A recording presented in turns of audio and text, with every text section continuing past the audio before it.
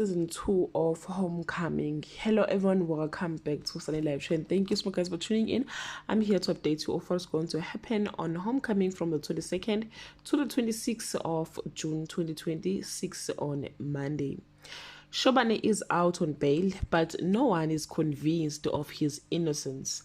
As burial plans commence, Mamkwanyane Beckles tradition to be seen as more than a grieving wife. Qondokuhle's crush is not the teenage love affair his friends expect it to be on Tuesday. Tempers boil over at the funeral as Zethu and Mamkwanyane release their grief. Mangcobo gets an extraordinary surprise when she comes out of the shower on Wednesday. Out of grief, Zethu makes an impulsive decision. Qondokuhle continues to get under Mangcobo's skin on Thursday.